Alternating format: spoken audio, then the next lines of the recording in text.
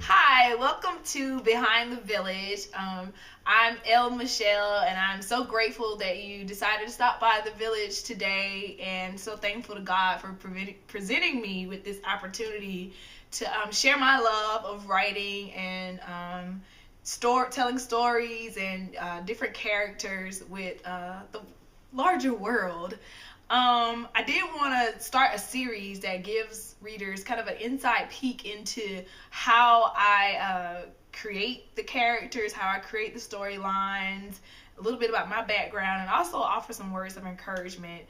If you don't know this, it's the one-woman show. It's me. I write all of the webisodes, usually in a span of 24 hours. So I don't pre-plan. I try to make sure it's in sync with whatever's happening in the world. I listen to any feedback I get from people who read it and potentially, incorporate it in the storylines. I mean, I think it's just an exciting way to write fiction so spontaneously, and I mean, it keeps me really disciplined as far as sitting down and writing every day. So definitely feel free to click the donate button if you would like to support the village. Like I said, it's a one-woman show. I pay for the website and the blood and sweat and tears, and I also do some nominal advertising to try to get some additional readers, because that will only help me to do bigger and better things with the village. So on to kind of the purpose of this video. I did want to explain, how the village started. I've always loved writing fiction. This was my first book. When I was in 4th grade, I wrote this book. It was like handwritten. So I've been doing this for a while.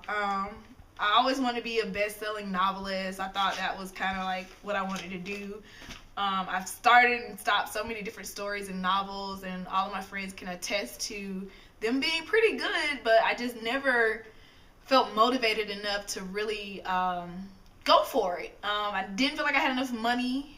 I didn't feel like, companies would be, or publishing houses would be interested in the type of stories I would want to tell. So about a few months ago, I talked to one of my friends about potentially taking it online and creating this unique fiction experience where readers could come on and read the stories for free and really interact with the copy. So that's how the idea for the village happened. And you would think, oh wow, so that's when you started it? No, that's not. Once again, I had these thoughts of doubt, this feeling that what if it doesn't work? What if people come on and say really mean things about the writing and really not like it? And probably about 3 weeks later, my father died. And I was really close with my father. He was older, so he was in his 70s. So I knew, he wasn't going to live forever. But at the same time, I mean, it's always it's a huge loss. He was so important to me. I feel like that's where I got my storytelling capability from. And so losing him was a significant thing that happened to me this year. And shortly after that, I had to go on a business trip to Dallas, maybe a week later. I was on a new job, so I didn't feel comfortable saying, no, well, I can't take this business trip that we've been planning for the past month. So it was a good getaway. It was good to get away from the city and not really think about having lost my father. And so on the plane ride back, I was sitting next to someone, and I'm the type person when I'm on the plane, I don't really like talking to other passengers. I'm like, put my headphones on, get my book, curl up in the corner, go to sleep. I don't like talking to strangers. But at the end of the flight, this young lady, young African-American student, she asked me, okay, how do I get to MARTA? How do I get to the train station? I've never been to Atlanta. I'm going to visit my friends. I just don't know where I'm going. And I begin to tell her and give her instructions. And we start chatting a little bit because it's taking forever to get off the flight. And she asked me, she said, so what do you do? And my first response was, I'm a writer. I've never called myself a writer. I work in public relations. This is what I've been doing for the past 5 years. I've always had for real jobs. So that's never been the first thing I say. And so her next question was, so what have you published? What book have you written? And I looked at her like this. thing. And so I started telling her, like, yeah, I'm going to launch this website. It's about college students. And, you know, I think you'd be really interested in it and all this other stuff. And it was at that moment that I realized, okay, I got to do this. I got to do it right. And I got to commit to it. Because something subconsciously in me is telling me I'm a writer. That's what I am first. Regardless of what my day-to-day, you know, bringing in the money, paying the bills is, even though I love that as well, my passion, my, you know, what I need to do is be a writer. And so that was the starting point of The Village.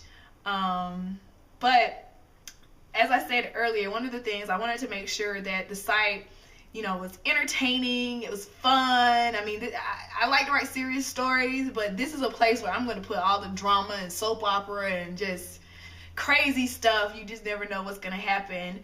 But I also wanted to introduce an element of encouragement. I feel like it's so important that we hold each other up. We hold each other's dreams up.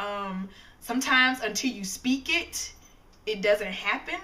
Until you say I'm a writer, no matter how much stuff you've done and how long you've been doing it, it just doesn't seem to come together.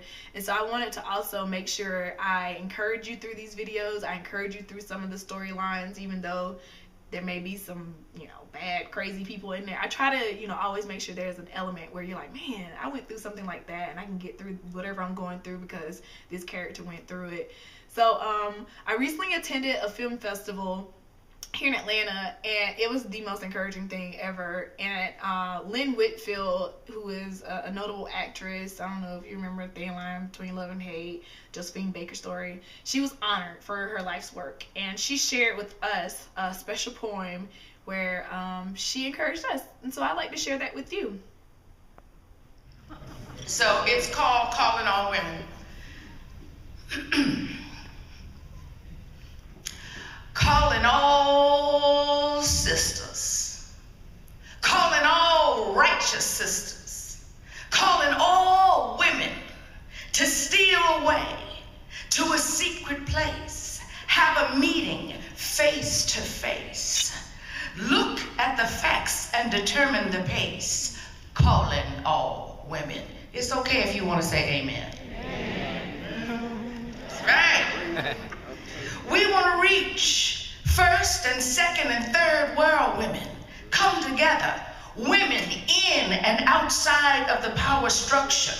Working women, welfare women, women who feel alienated and isolated, women who are frustrated, women who have given up, women, questioning women, unpolarized, unorganized, ostracized, tired of being penalized. Come and help us bridge this gap.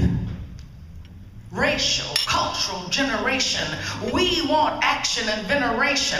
These men, they just ain't doing it. They had 100 years and now they about to ruin it.